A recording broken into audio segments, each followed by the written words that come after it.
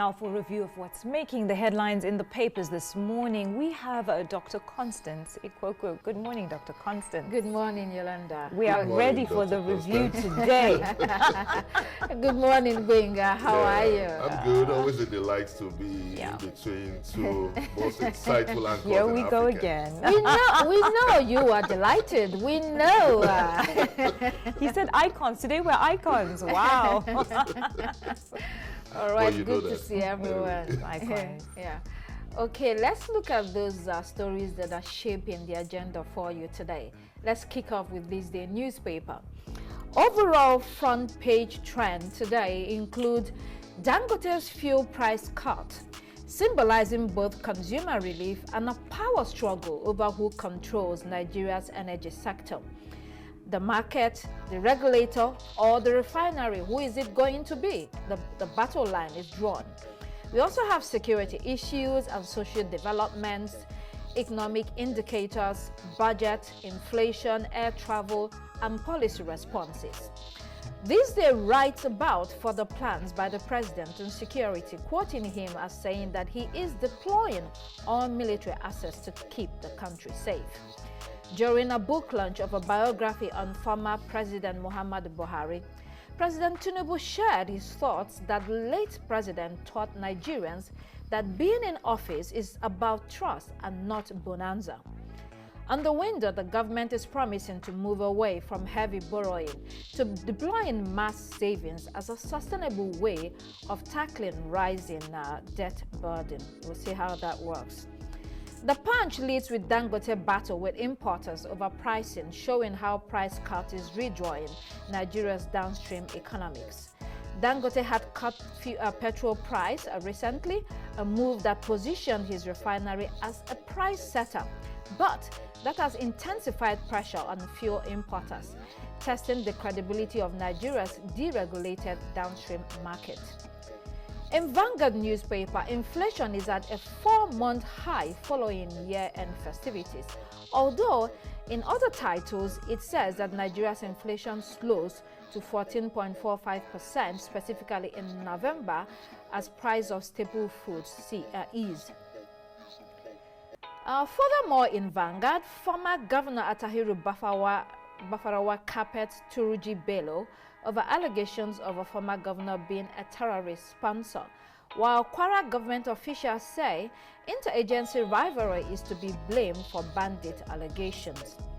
Daily Independent writes that the Supreme Court has ruled that president can declare state of emergency as well as suspend elected officials. Airlines are facing backlash with ridiculous prices and they are justifying it. Malami asks EFCC chairman to step aside from probe as he alleges bias. New Telegraph this morning quotes the president as saying that he is mobilizing military assets to protect us, and the Senate is not too happy with multiple budgets and unclear plans for the 2026 budget, and it has made that known to the executive. The PDP, Sule Lamido, says his group will align with another party if reconciliation fails. And the Daily Times interrogates the 30 trillion naira shortfall in 2025 revenue, with the federal government planning to roll over 70% of capital component into the 2026 budget. It's really become messy, and that explains why the Senate is rejecting multiple legislation. Leadership reports that police will resume tinted glass permit enforcement from January 2nd. Now let's look at the international papers. The Daily Telegraph reports on U.S. President Donald Trump suing the BBC over alleged defamation related to its Panorama program. The Financial Times leads with plans by the UK's Financial Conduct Authority to relax mortgage affordability rules. This is aimed at widening home loan access for buyers. It also tells us that Australia is tightening gun laws after the Bondi Beach attack. Our newspaper emphasizes a front-page piece from Britain's new intelligence chief, warning that power is shifting from elected governments to big tech companies. Very scary. Daily Express flags political tension over refusal by the Prime Minister to drop planned inheritance tax affecting farmers. The dramatic headline says farmers will take their own lives to avoid this tax. The Daily Mirror, the Daily Star, and Metro.co.uk highlight a high-profile Liverpool parade incident where a man, ex-Marine Paul Doyle, drove into crowds celebrating, injuring many people. The Times newspaper and the Independent report on what is described as self-indulgent doctor strike, while in The Guardian, the Bondi Beach grief takes center stage. Now let's break down what these stories mean for everyday people. Let's begin return to this day newspaper. The president on security says he will marshal military assets and pledge to secure lives and property. He reaffirmed his commitment to welfare, professionalism, and operational effectiveness of the Nigerian army. He also spoke about modernization of the armed forces, procurement of weapons, etc. Well, that's what he's expected to do. So what's the big news in this? I think I will start with the first question from the book launch yesterday. I'm making an inference. The question is poignant. Who bugged the late president's office? So I think the top office is not even spared from this security threat we are talking about. And now when the vice president who represented the president at that event said that they are gathering, mobilizing military assets, that shows a lot of overemphasis on kinetic approach. But we know that over 15 million children out of the 22 million out-of-school children is a potential breeding ground for terrorism, because all you need to do is to indoctrinate them. So I think that the president, the federal government should focus more on this, on also non-kinetic approach to address this, apart from just mobilizing the military assets in addressing insecurity. It should also consider the non-kinetic approach to focus on providing schools for these children. Otherwise, it will be a counter-productive approach in addressing insecurity threats in the country. I think with what the country has been going through lately, there's no such thing as too much reassurance. Everything has been very unsteady with high numbers of insecurity, terrorism, banditry, you name it. We know what we've been facing. We know the headlines that we've been discussing for the past couple of weeks that are now running into months. So I don't think that there's enough reassurance that can be given to people. And also remember that recently a nationwide emergency was declared on insecurity. So it's in the right place for the president to say this, although Dr. Constance, you seem quite skeptical about it. I mean, this is his job. Right. You know, yeah, he might have to reassure and remind us, but you have to get on with the job. Indeed. And yes, you know, you have multiple attacks from multiple fronts, so there is no one approach to handling the problem. Buying military weapons, you need it. You know, procuring hardware, you need that. But also, there are so many social avenues, social things that you need to take on in order to arrest this particular security challenge. Military hardware alone will not do it, and the president knows that already. Right. The point then will be get on with the work. But let's take that second story in this day newspaper, the biography launch of late President Muhammadu Buhari. The president saying that the late president Muhammadu Buhari taught politicians that being in office is about trust, not a bonanza or a windfall. He paid glowing tributes to Buhari. He said the coalition they built in 2014 is now the fastest growing political party in Africa, talking about the APC, All Progressives Congress. Well, it's sounding now like the PDP when they said they were going to rule the country for a very long time. Indeed. What is actually going on with the I was just thinking yesterday. I mean, it's also just a second. So the party is growing, but what type of growth are we talking about? Right. Is it the growth that is going to lead it to implode later? Is it the kind of growth that would affect the country positively? Is it the kind of political party growth with ideology and and results that we need in a country? Or is it just numbers for the sake of numbers? Yeah, I think just as I was saying, I was thinking about this yesterday, and it occurred to me that the current administration is the most experienced opposition we've ever had in the history by virtue of their long journey to power. So if you have to play the politics of opposition, you have to play it in a different way. Otherwise, you'll be playing into their hands because they already know the game. So many of these criticisms should come in a very constructive, it should come in a very constructive approach. Talking about the life and times of our President Buhari, he's been a man with that taciturn posture that is very monosyllabic in his approach. He's a man of few words, maybe high in action. That is subject to debate for generations.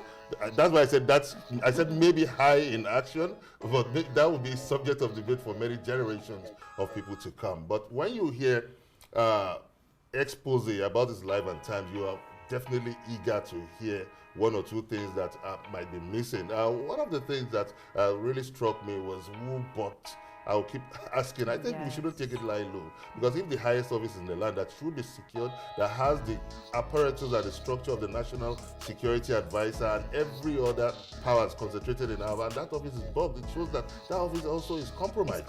So that's one of the things that we could draw from that he worked in a compromised office. But then we look at his style of leadership.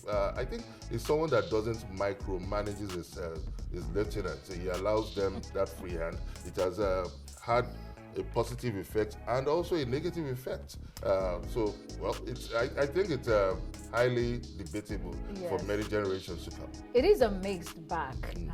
Those that are close to the former president, very close to him, who benefited hugely, massively from his government, will paint him in a wonderful light. And those that did not benefit from him but were far away from him and then have the benefit of hindsight to really, really look at what went on during that administration and how it affected the country, will have a different thing to say. President Bola Tinubu was an ally to the late president. Indeed. And the late president's family will forever be grateful to him, because it was that alliance that brought President Muhammad Buhari to power. So they were friends. You do not expect him to have a different kind of declaration about a friend, especially one that has died. However, when you look broadly on the impact of that administration on Nigeria in 8 years, 8 years is a long time and can remarkably change the fortune of a country. But when you look at what transpired in 8 years, it was terrible. The country almost came to its knees under the late President Muhammad Buhari. You talked about his style of leadership, in which he gives his lieutenants free hand. Okay, you give them free hand. However, people ran amok. And the so-called anti-corruption that was promised to Nigeria was turned upside down. There was no anti-corruption fight. There was looting, massive looting going on under that administration. It felt like the country was without a leader. It felt like the country had no particular direction. It was directionless. And that is what happens under a leader that, was sort of hands-off. Although we know that he was poorly. He was quite sick, most of the time in office. At the same time, there was that sense that he lacked the intellectual depth to be a president, and he lacked the leadership qualities to run a country as complex as Nigeria. So you have to ask the question, why did he continue to run for the presidency at least 3 times? And then when he got the presidency, he literally did nothing with it. And that emphasizes the power of the citizen. When you are about to vote, you should consider the choice of the candidate that we are voting for. It's a citizen's responsibility, because a man that has been disconnected from governance for over 30 years and coming back to power, what do you expect? I leave that guess to you. Well, citizen, yes, it is a good point that the citizen has power. Actually, when you look at the School of Governance, Politics, the School of SPPG, School of Politics, Policy and Governance. One of the things they have been driving, to the younger population in Nigeria is the citizen has power. You have to step up, you have to get up and take your power. You have to get involved in politics, because a lot of Nigerians, very decent people, have removed themselves from politics completely because they believe that it is for shenanigans. But if you remove yourself from politics, then you have no right to complain. Right, so SPPG has been telling people, get involved in politics and get involved with character and competence and do the right thing. That's the only way you can bring about the change that you're looking for. You not be a stand by the side and expect others to do the work for you. No, it's not going to happen. And it talks about the middle class and how the middle class in Nigeria have abdicated their responsibility of politics, of being involved in governance. So here we all are today. And his communication style was very austere, very scarce indeed. Okay, let's move on to another story. Daily Independent this morning affirms that the Supreme Court affirms that the president has constitutional powers to declare state of emergency and to suspend elected officials. The PDP is not happy with this at all. But the PDP was challenging the power of the president to suspend elected officials and appoint a sole administrator in a democracy. The court held that Section 305 of the 1999 Constitution empowers the president to take extraordinary measures to restore normalcy when a state of emergency has been declared.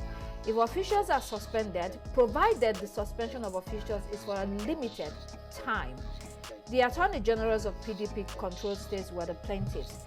The PDP, of course, has responded and saying that this could reverse democratic gains, and that it hopes the next time there's an opportunity, the Supreme Court will clarify the constitutional boundaries of emergency powers in the interest of democracy, justice, and long-term stability. Well, okay. Well, okay, I just wanted to throw in that, this case came about from 11 states that were PDP run. And I just found it very ironic that this judgment came after Sim Fubara had defected to the APC. And as well, one of the things that he mentioned that I found very interesting was that the PDP was not able to stand up for him. And yet now this judgment is showing that, 11 states, these are the facts that are coming out from the report, that 11 states run by PDP were actually behind him. So it's just, it's a bit of an irony that the judgment is coming out, because this defection came just a few days back, if I'm not mistaken, just last week. And so now this entire fiasco, if I can call it that, with Rivers State really did put the country on edge. So it's comforting in a way that it's now being put to rest and that there are actually answers. Absolutely, yes. I don't think it's not being put to rest. But at least there's justification to what has been done, is what I believe. So there are more questions actually raised now with this Supreme Court judgment, because the extraordinary measures are not explicitly spelled out. So that means the president can go to any level to do whatever he can do. And so the worry is that there was a stipulation on the time frame, no? No, there is no there was stipulation. and that's one of the ambiguity in the judgments. I think the judiciary should step up in their interpretation, because I read from even my elementary government in secondary school that the role of the judiciary is to interpret the law.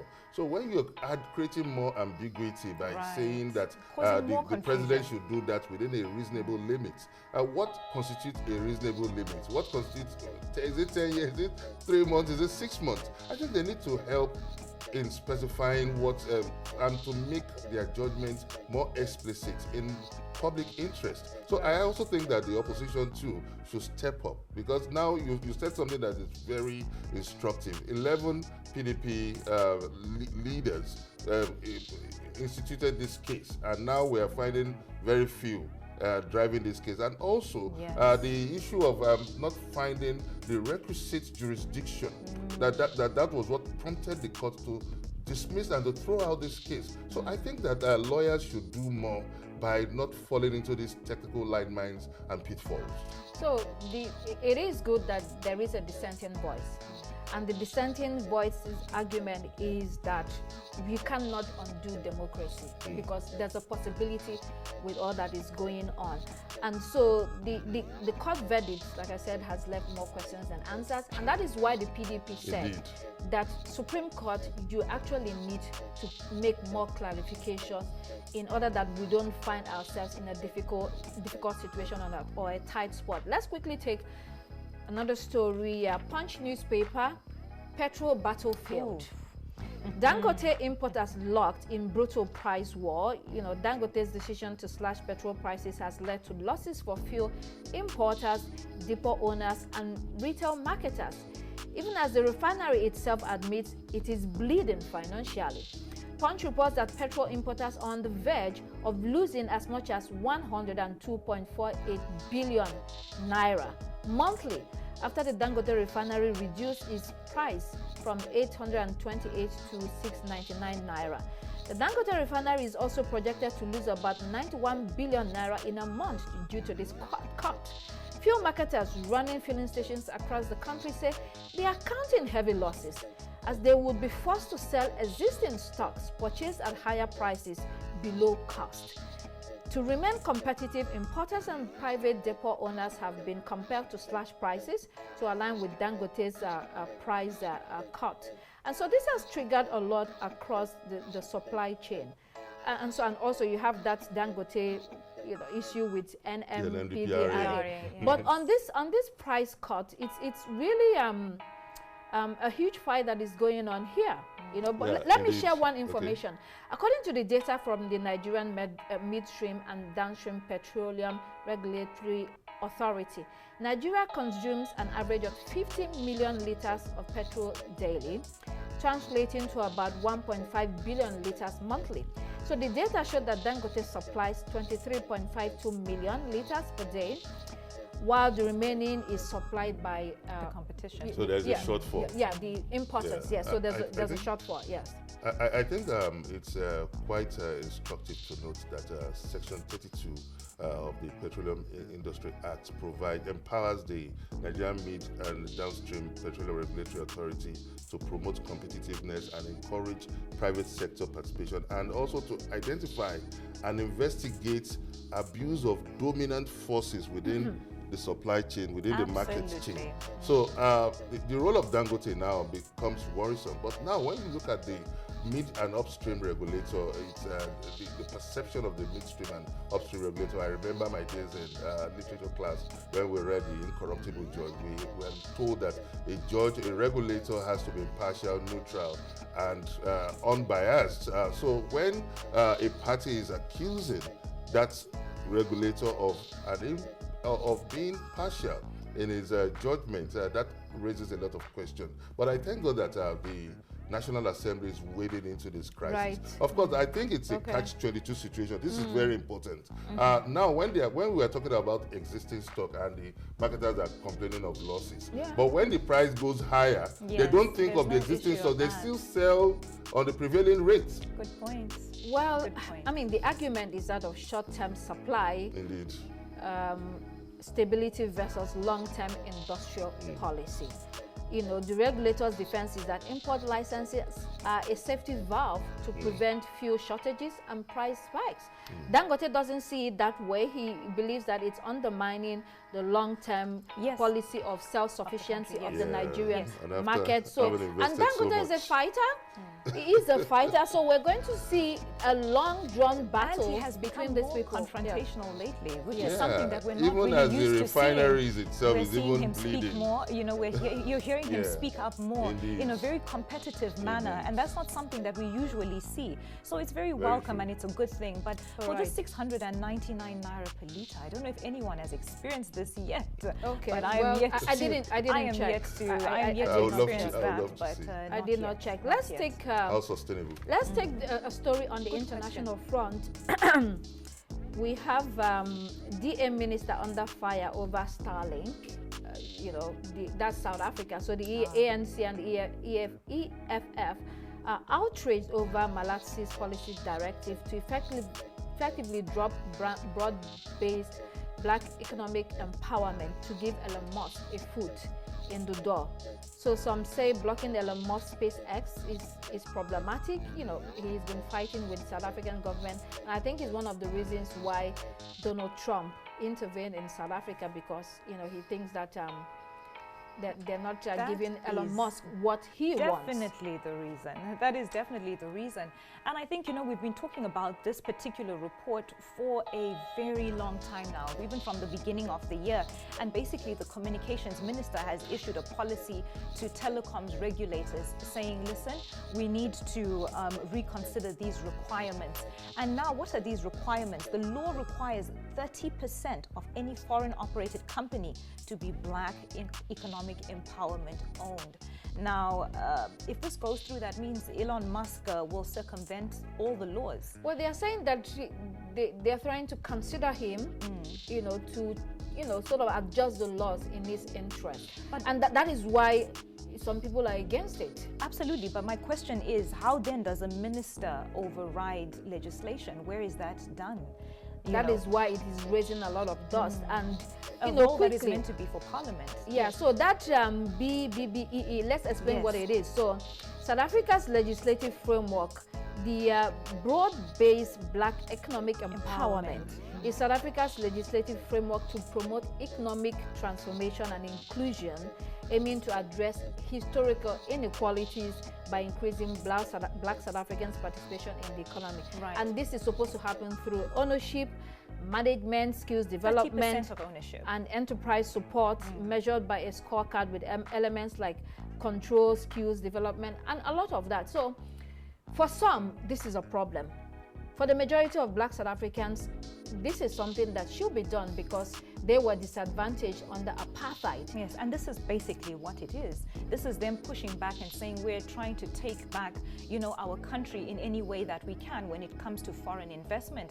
But I can't tell if we're going forward or back if the country is now being asked to look at this legislation again and say we should give Elon Musk a chance.